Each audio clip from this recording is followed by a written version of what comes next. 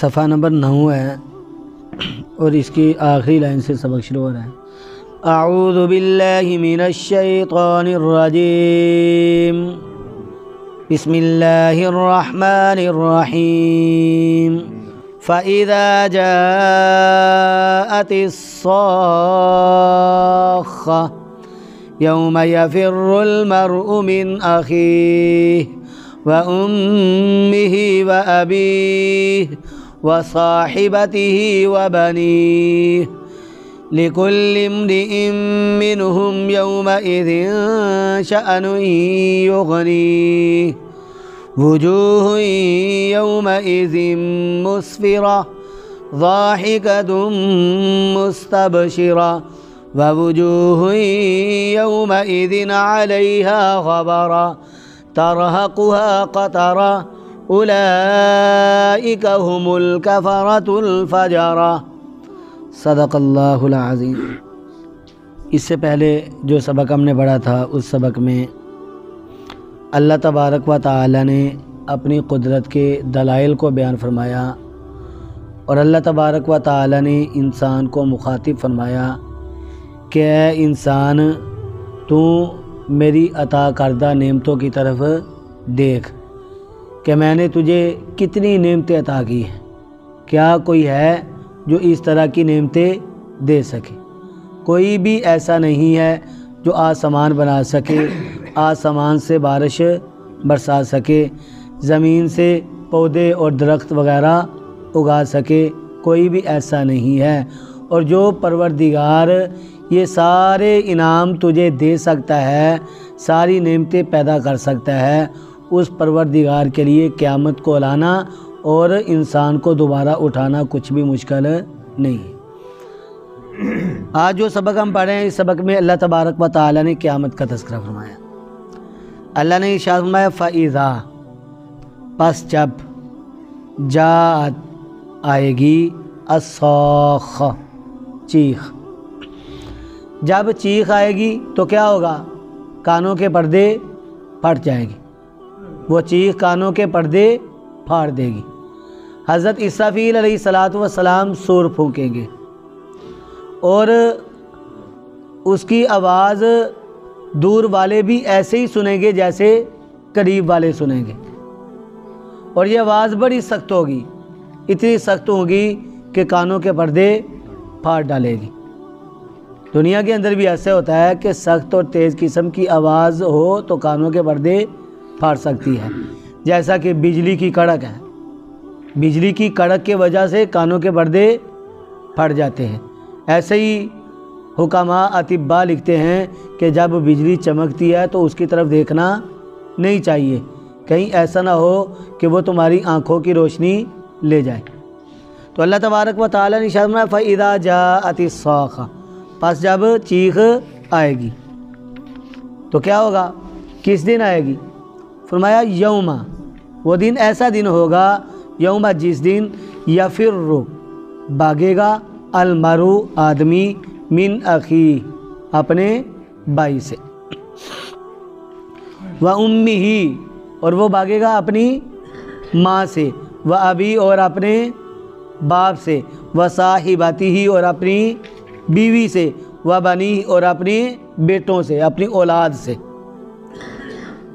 یعنی وہ دن بڑا ہی سخت دن ہوگا، ہر آدمی کو اپنی فکر لگی ہوئی ہوگی۔ حدیث ہم اس سے پہلے سن چکے ہیں کہ وہ دن ایسا دن ہوگا کہ جس کے نیک اعمال زیادہ ہوں گے اللہ تبارک و تعالیٰ اس کے بارے میں جنت کا فیصلہ فرما دیں گے، اور جس کے نیک اعمال کم ہوں گے، بدیاں زیادہ ہوں گی، اس کے بارے میں جہنم کا فیصلہ ہوگا۔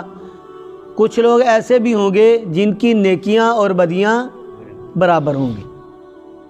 آقا علیہ الصلوۃ والسلام نے ارشاد فرمایا کہ ایسا آدمی اللہ تعالیٰ کی بارگاہ میں پیش ہوگا، اللہ تبارک و تعالیٰ اس کو حکم دیں گے، ارشاد فرمائیں گے کہ تجھے ایک نیکی کی ضرورت ہے، اگر تجھے ایک نیکی مل جائے تو تیرا نیکیوں کا پلڑا جھک جائے، جا تو ایک نیکی کو تلاش کر کے لے آ۔ وہ بڑا خوش ہوگا، آدمی بڑا خوش ہوگا کہ ایک نیکی تو میں ایسے ہی لے آؤں گا۔ اب وہ اپنے بھائی کے پاس جائے گا جو دنیا میں اس کا دست بازو ہے، اس کے پاس جائے گا، بھائی سے جا کر کہے گا کہ مجھے ایک نیکی کی ضرورت ہے، بھائی نیکی نہیں دے گا، کہے گا کہ تجھے نیکی دے کر میں کہاں جاؤں گا۔ پھر یہ اپنے جگری یار کو تلاش کرے گا جو دنیا میں اس پر جان دیتا تھا، اس کو بڑی امید ہوگی کہ اس سے تو مجھے ضرور مل جائے گی، اس کے پاس جائے گا، اس سے نیکی مانگے گا، وہ نیکی دینے کے لیے تیار نہیں ہوگا۔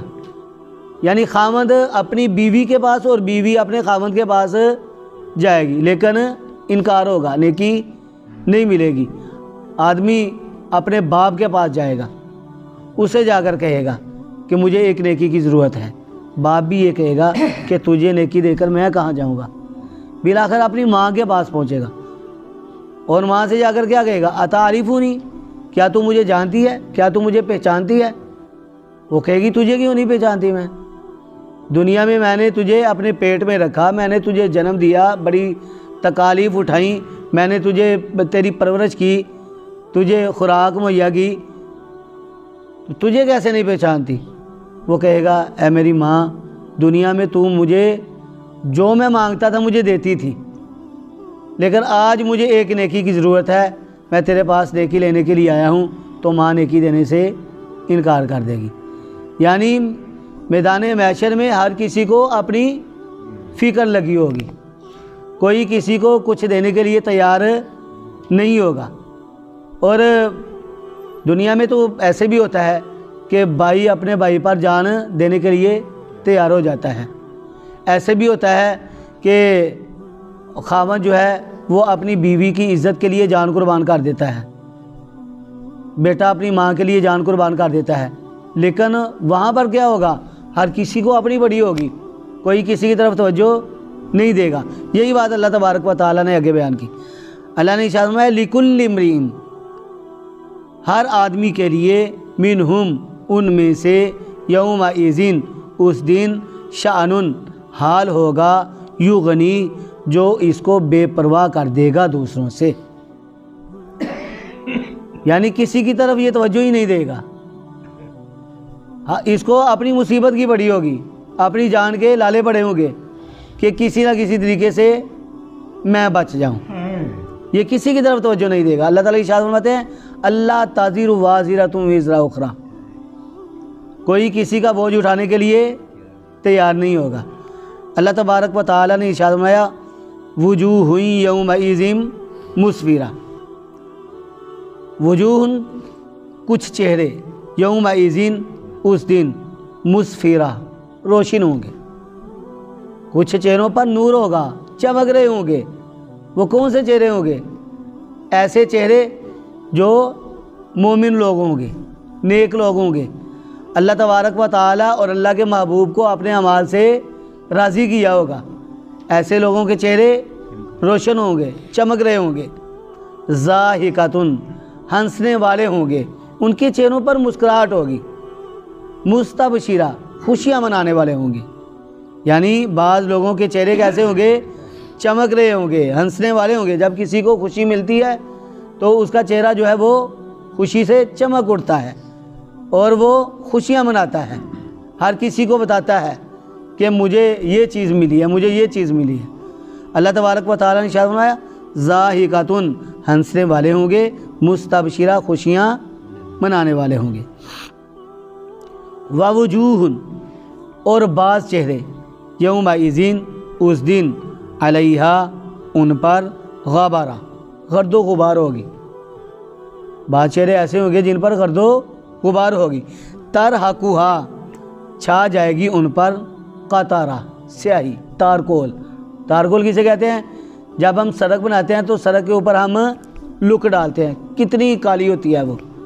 فرمایا ان کے چہروں پر تارکول مل دی جائے گی، ان کے چہرے سیاہ ہو جائیں گے، کالے سیاہ ہوں گے۔ فرمایا بعض چہرے اس دن ایسے ہوں گے جن پر گرد و غبار ہوگی اور ان پر سیاہی چھا جائے گی۔ اور قرآن پاک میں سورۃ آل عمران میں اللہ تبارک و تعالیٰ نے ارشاد فرمایا یوم تبیض وجوہ وتسود وجوہ، جس دن سفید ہوں گے بعض چہرے اور کالے ہوں گے بعض چہرے۔ تو اللہ تبارک و تعالیٰ نے ارشاد فرمایا کہ یہ کالے چہرے کن کے ہوں گے، گرد و غبار کن کے چہروں پر ہوگی، اولئکا، فرمایا یہی لوگ ہم وہی الکفرہ کفر کرنے والے ہیں، الفجرہ فاجر ہیں، گناہ کرنے والے ہیں، کافرہ کافر کی جمع ہے کفر کرنے والے، اور فاجرہ فاجر کی جمع ہے فسق و فجور کرنے والے۔ یہی لوگ کیا ہیں، کفر کرنے والے ہیں اور فسق و فجور کرنے والے ہیں، یعنی عقیدے کے لحاظ سے وہ کیا ہیں، کافر ہیں، اور اعمال کے لحاظ سے وہ فاسق لوگ ہیں۔ تو اللہ تبارک و تعالیٰ نے ارشاد فرمایا جو نیک لوگ ہوں گے ان کے چہرے روشن ہوں گے اور وہ خوش ہوں گے، خوشیاں منا رہے ہوں گے، اور جو کافر لوگ ہوں گے ان کے چہروں پر گرد و غبار بھی ہوگی اور ان کے چہروں پر سیاہی بھی چھائی ہوئی ہوگی۔